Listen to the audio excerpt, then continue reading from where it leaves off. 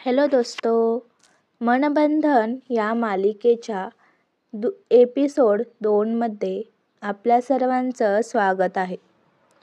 कधी कधी घर फक्त वीट आणि दगडांनी बनलेली नसतात, ती बनलेली असतात आठवणींनी, गुपितांनी. आणि काही गुपितं अशी असतात जी बाहेर आली की संपूर्ण आयुष्य उद्ध्वस्त करून टाकतात.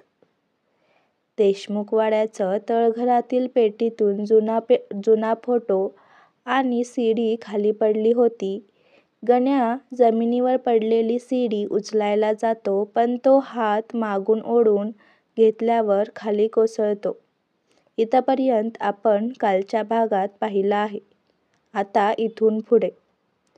गण्या घाबरून म्हणतो, कोण आहे तिकडे?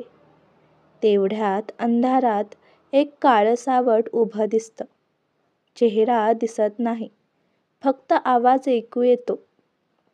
काळं सावट गंभीर आवाजात म्हणतं, जे काही पाहिलंस विसरून जा, नाहीतर तुझा जीव धोक्यात येईल. वरच्या मजल्यावर वाड्यातील मुख्य हॉल होता. कुटुंबातील सदस्य, पाहुणे एकत्र जमले होते. सगळीकडे हशा, बोलणं, वाद्यांचे आवाज ऐकू येत होते.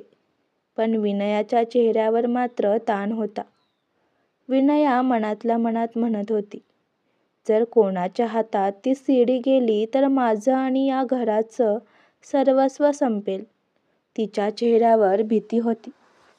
किरण विनयाकडे येत हसत म्हणाला, आई, काय झालं? आजच्या पार्टीत तू एवढी गप्प का आहेस?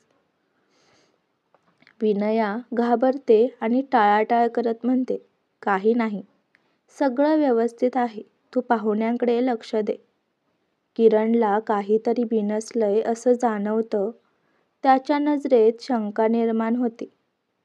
इकडे आयशा कॉलेजच्या लायब्ररीत होती. पुस्तकं तिच्या समोर होती, पण तिचं मन मात्र संभ्रमात होतं.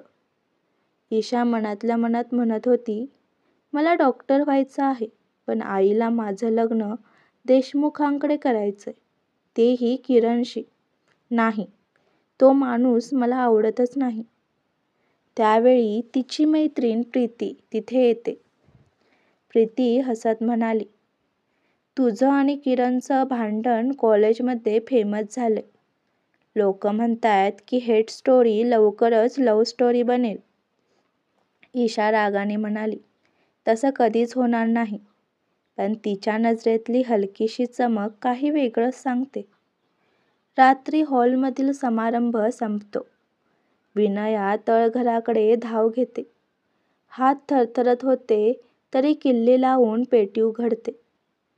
पेटीत काही जुनी पत्र, एक फोटो आणि 1995 लिहिलेली दुसरी सीडी ठेवलेली आहे.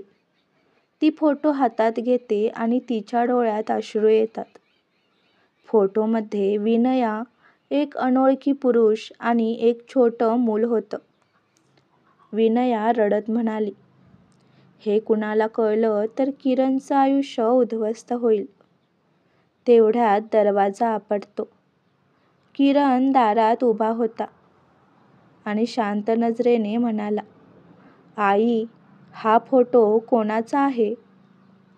कदाचित किरणच्या जन्मामागे मोठं रहस्य होतं. पुढच्या दिवशी देशमुखवाड्यात एक नवीन गाडी येऊन थांबते.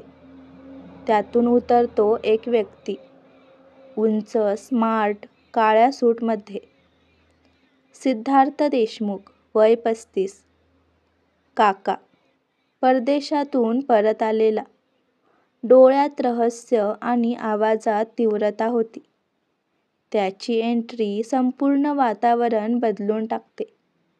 सिद्धार्थ विनयाकडे स्मित करत म्हणाला, 8 वर्षांनंतर परत आलो आहे काकू. आणि यावेळी काही जुनी खातं चुकती करण्यासाठी आलोय. तिचा चेहरा भीतीने पांढरा पडतो. रात्री उशिरा किरण आपल्या खोलीत होता. त्याच्या हातात ती सीडी होती, जी 2 तुकड्यात मोडली होती. तो ती संगणकावर प्ले करण्याचा प्रयत्न करतो. पण सीडी खराब झाल्यामुळे फक्त 10 सेकंदाचा व्हिडिओ दिसतो. व्हिडिओमध्ये एक स्त्री किंचाळत पडते, रक्ताने माखलेला हात आणि मागून एक पुरुष तिला ओढून नेत आहे. कॅमेऱ्यात या पुरुषाचा अर्धा चेहरा दिसतो आणि तो दिसतो सिद्धार्थसारखा. किरणला धक्का बसतो. किरण हळू आवाजात, हा सिद्धार्थ, पण का? अचानक त्याला खिडकीबाहेर एक सावली हलताना दिसते. पुढच्या एपिसोडमध्ये त्या सीडीमधलं गुपित काय आहे? सिद्धार्थच्या परतण्यामागे काय कारण आहे? किरणचं भूतकाळाशी नातं कोणत्या सत्याशी जोडलेलं आहे आणि ईशाचं आयुष्यही या खेळात गुंतणार का? हे जाणून घ्यायचं असेल तर पुढचा एपिसोड नक्की बघा आणि हा एपिसोड कसा वाटला हे कमेंटद्वारे जरूर कळवा. धन्यवाद.